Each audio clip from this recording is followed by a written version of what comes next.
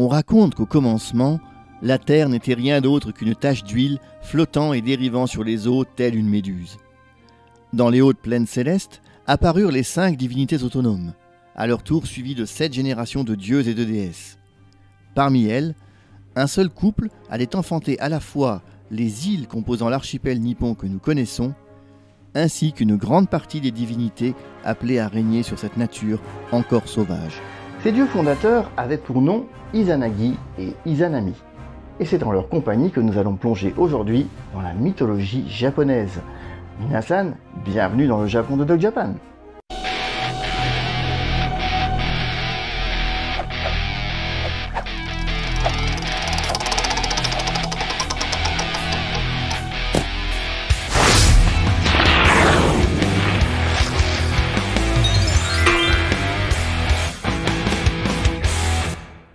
Nombreuses sont les civilisations dont les mythes, remontant souvent à l'Antiquité, sont parvenus jusqu'à nous. Croyances polythéistes au départ, elles sont devenues au fil du temps des mythologies, et nous en connaissons un rayon en Europe, ne serait-ce qu'avec les mythologies grecques ou nordiques par exemple. De l'autre côté de la Méditerranée, on a la mythologie égyptienne. Plus loin encore, les mythes hindous, forcément moins connus par ici. Et force est de constater que plus on s'éloigne vers l'Est, plus ces croyances sont encore vivaces et parfois bien implantées de nos jours. C'est le cas de la mythologie japonaise qui est non seulement le fondement de la religion Shinto, mais également, et c'est important de le souligner, le point de départ de l'histoire du Japon. Mais pour bien comprendre tout ça, il nous faut d'abord parler un peu du Kojiki.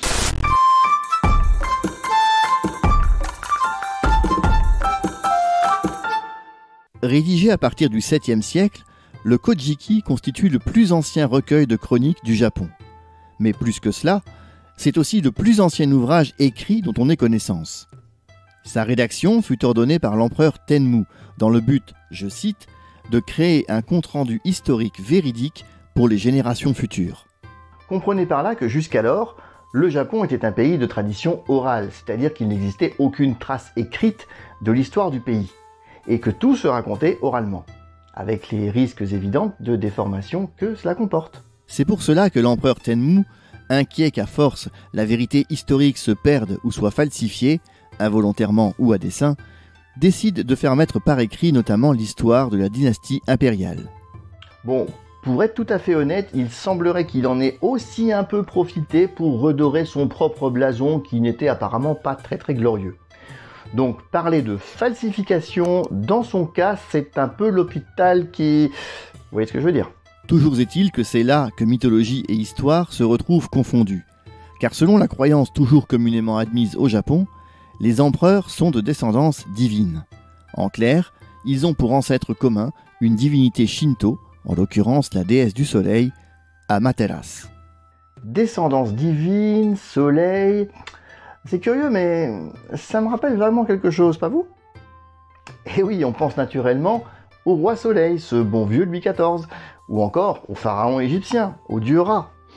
Alors c'est assez intéressant quand même de constater qu'à des milliers de kilomètres et des siècles d'intervalle, les différentes civilisations ont développé des croyances à peu près similaires, alors qu'elles n'ont jamais eu le moindre contact les unes avec les autres.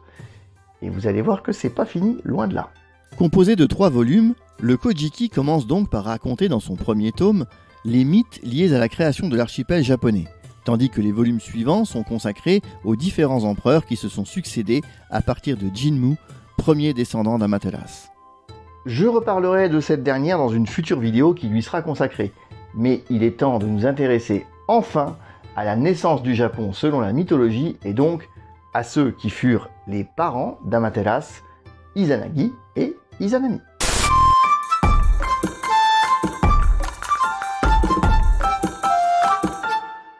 Nés de la 7e génération des dieux primitifs, Izanagi et Izanami reçurent pour mission de donner forme à la Terre, qui, rappelons-le, n'était alors qu'une tache dérivant sur les eaux. Pour ce faire, les dieux leur firent présent Dame no Nuroko, une lance céleste sertie de pierres précieuses. Parvenus sur le pont entre la mer et le ciel, Ame no Ukihashi, ils s'arrêtèrent et plongèrent la lance dans la mer. Mais la mer était salée, et lorsqu'Izanagi ressortit la lance de l'eau, quelques grains de sel retombèrent à la surface et formèrent ainsi une île.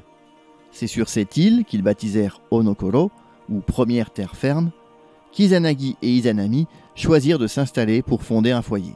Alors, pour la petite anecdote, ce fameux pont entre la mer et le ciel est aussi appelé parfois Amano Hashidate, un nom qui parlera peut-être à certains d'entre vous parce qu'il s'agit d'un lieu très connu au Japon et qui fait partie des Nihon Sankei, les 3 plus beaux paysages du Japon. J'en dirai pas plus, on en reparlera dans une future vidéo. Mais sachez qu'effectivement, la métaphore avec le pont vers le ciel est plutôt bien trouvée. Installé sur Onokoro, le couple divin commence par construire un palais, ainsi qu'un pilier céleste nommé Ame no Mihashira. Ayant décidé d'engendrer une descendance, Izanagi et Izanami imaginent un rituel nuptial précédant la procréation. Ce rituel consistait à tourner autour du pilier, chacun dans un sens, et de s'unir lorsqu'ils seraient face à face. Bon, on va pas se mentir, ce rituel n'est plus vraiment en usage aujourd'hui. En tout cas, on a rarement vu de jeunes mariés construire un pilier dans leur chambre nuptiale, histoire de tourner autour, avant la nuit de noces, quoi. Je vais pas vous faire un dessin. À la limite, certains peuvent avoir l'idée d'installer peut-être, je sais pas moi, une barre de pole dance, et encore. Ah oui, et alors à propos, on parle de couple, mais comme souvent dans les histoires mythologiques, à la base, Izanagi et Izanami sont quand même frères et sœurs. Après tout, que ce soit chez les Japonais, les Grecs ou les Égyptiens, ou même dans l'histoire de France, ce genre d'union consanguine était tout de même assez courant. Ah ça, il en fallait plus que ça pour choquer les populations de l'époque. Et non, je ne ferai pas de blagues sur les ch'tis. De cette première union entre Izanagi et Izanami naîtra Hiroko, que l'on pourrait traduire par la sangsue, un enfant difforme que le couple décide d'abandonner à son sort sur la mer, dans un bateau à la dérive. Et si vous vous dites que c'est là le résultat logique de ce mariage consanguin, eh ben pas du tout. Vous n'y êtes pas, attendez la suite. Choqués par cette première expérience pour le moins déroutante, Izanagi et Izanami vont demander conseil auprès des dieux primitifs afin de comprendre ce qui a pu mal se passer. La réponse des dieux est sans appel. Le rituel nuptial n'a pas été effectué correctement. En effet, lorsque les deux tourtereaux se sont retrouvés face à face après avoir tourné autour du pilier, c'est Izanami, la femme, qui a parlé la première. Et cela, ce n'était pas du tout dans l'ordre des choses, car c'est l'homme qui est censé parler en premier. Oh bah alors si c'est les dieux qui l'ont dit, c'est que ça doit être vrai, on va pas les contrarier non plus. Non, eux, le féminisme, MeToo, tout ça, connaissent pas apparemment. Du coup, qu'à cela ne tienne, nos deux époux retournent sur Onokoro, refont un tour de pilier, et cette fois, c'est Izanagi qui propose la botte à Izanami. Et c'est reparti pour une séquence cassée 18+. Non, désolé, j'ai pas d'illustration à vous montrer. Et cette fois-ci, ça fonctionne à merveille. Au fil du temps, Izanagi et Izanami donnent naissance tout d'abord à des îles, au nombre de 8 au total. Yamato, qui deviendra Honshu, Sado, Oki, Tsushima, Iki, Tsukushi, qui deviendra Kyushu, Iyo, qui deviendra Shikoku, et enfin Awaji. Ces 8 premières îles furent désignées sous le nom d'Oyashima, autrement dit les 8 grandes îles. Vous remarquerez peut-être l'importance du chiffre 8 ici, que l'on retrouve également dans le nom du palais construit par Izanagi et Izanami, Yahirodono, ou pièce des 8 pas. Il se trouve que dans la religion Shinto, le chiffre 8 a aussi la signification de perfection. Et pour ceux qui s'interrogeraient sur l'absence de l'île d'Hokkaido notamment, il ne faut pas oublier que celle-ci ne faisait pas partie de l'archipel à cette époque. Elle n'a été rattachée au Japon que beaucoup plus tard. Mais revenons à nos kami. Ce terme peut se traduire par Dieu. Néanmoins, dans la religion Shinto, les kami sont les nombreuses divinités naturelles vénérées dans tout l'archipel et dont un certain nombre sont également issus de l'union d'Izanagi et Izanami. Parmi eux, on trouve notamment les kami du vent, des montagnes, des arbres, etc. Toutefois, lorsque naquit Kagutsuchi, le kami du feu, Izanami fut mortellement brûlée. Et bien qu'agonisante, elle continua de donner naissance à d'autres kami, issus de ses différents fluides et sécrétions corporelles, jusqu'à son décès. Donc, en gros, des kami sont nés de son urine, de ses selles ou encore de son vomi. J'espère que vous ne regardiez pas cette vidéo en étant à table. Si ? Ah, bah désolé. Au moins maintenant vous savez que des divinités peuvent naître de n'importe quelle partie d'un autre dieu. C'était peut-être pas si nécessaire de tourner autour d'un pilier finalement. Fou de chagrin et de colère, Izanagi empoigna alors Totsuka no Tsurugi, son épée légendaire, et tua Kagutsuchi. Là encore, le sang et le corps décapité du kami donnèrent naissance à une foultitude d'autres divinités supérieures. Quant à Izanagi, il alla enterrer sa femme au mont Hiba. Mais notre histoire ne s'arrête pas là.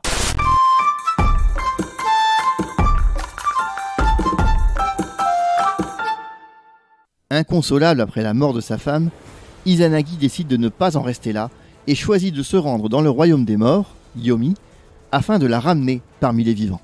Tenace le mec, hein. En même temps, quand tu peux te permettre de rendre une petite visite au royaume des morts et d'en revenir, moi je dis, faut tenter, hein.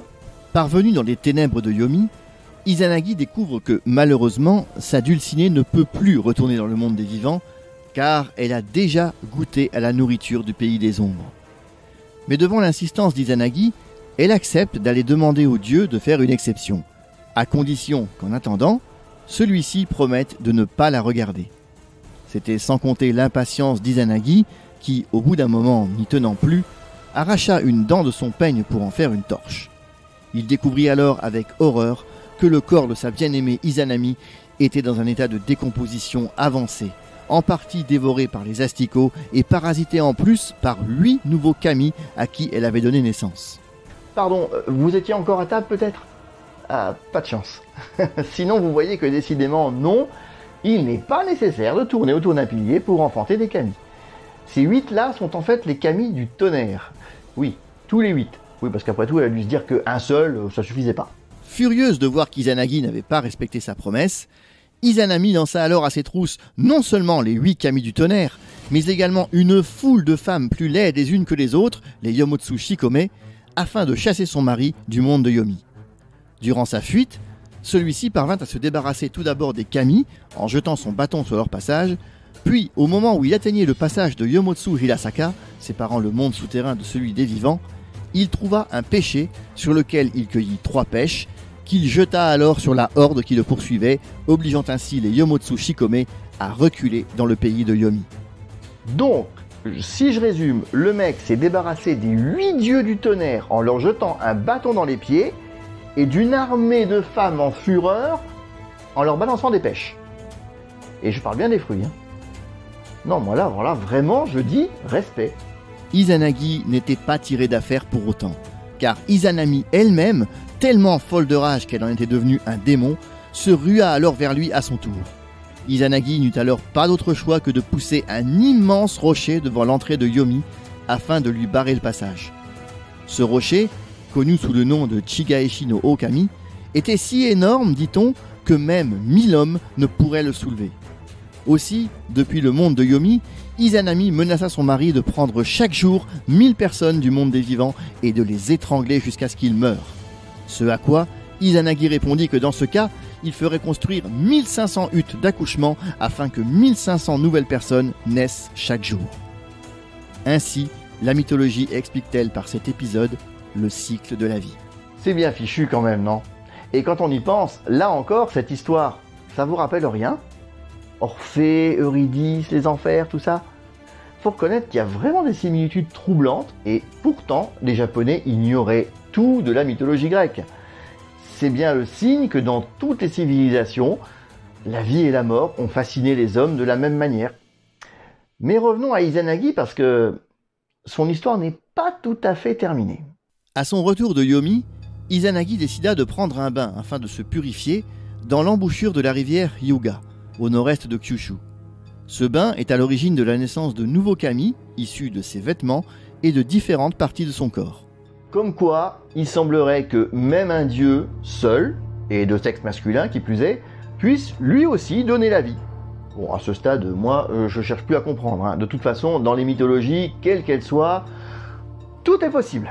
Izanagi termina ses ablutions en se lavant le visage, duquel naquirent les 3 divinités les plus importantes de la religion shintoïste. De son nez sortit Susanoo, de son œil droit, Tsukuyomi, et enfin de son œil gauche, Amaterasu. À ces 3 illustres enfants, Izanagi décida de faire don de la terre en la partageant de la manière suivante. Amaterasu reçut un collier de perles synonyme de souveraineté, ainsi que les plaines célestes. Tsukuyomi, dieu de la lune, obtint les sphères de la nuit. Et Susanoo, quant à lui, se vit attribuer les océans. On pourrait croire qu'il s'agissait là d'un partage équitable. Et pourtant, Susanoo protesta violemment en disant que lui, non, il voulait pas des océans, il préférerait se rendre à Yomi chez sa mère. Oui, apparemment, même s'il est né du nez, ça fait bizarre, mais bon, s'il est né du nez d'Izanagi, Izanami est quand même sa mère. Je vous l'ai dit, il faut pas chercher à comprendre ces choses-là. Quoi qu'il en soit, cette réaction mit Izanagi en colère et il décida de bannir Susanoo avant de se retirer vers les hautes plaines célestes, sa mission accomplie. Évidemment, ces trois divinités vont connaître à leur tour pas mal de péripéties que j'ai hâte de vous raconter, mais ça, ce sera pour une prochaine vidéo. Celle-ci touche donc à sa fin, j'espère que ce mythe qui, encore une fois, n'est pas sans rappeler une autre histoire bien connue dans nos contrées. Vous aurez compris que là je fais référence à Adam et Ève, bien sûr. J'espère donc que cette première incursion dans la mythologie japonaise vous a plu. N'hésitez pas à me dire ce que vous en pensez en commentaire si vous le souhaitez. Si vous avez aimé cette vidéo, pensez bien à la liker et à la partager, c'est très important pour faire connaître la chaîne. Et naturellement, n'hésitez pas à vous abonner pour ne pas manquer les prochaines vidéos. On se retrouve très bientôt. Matane!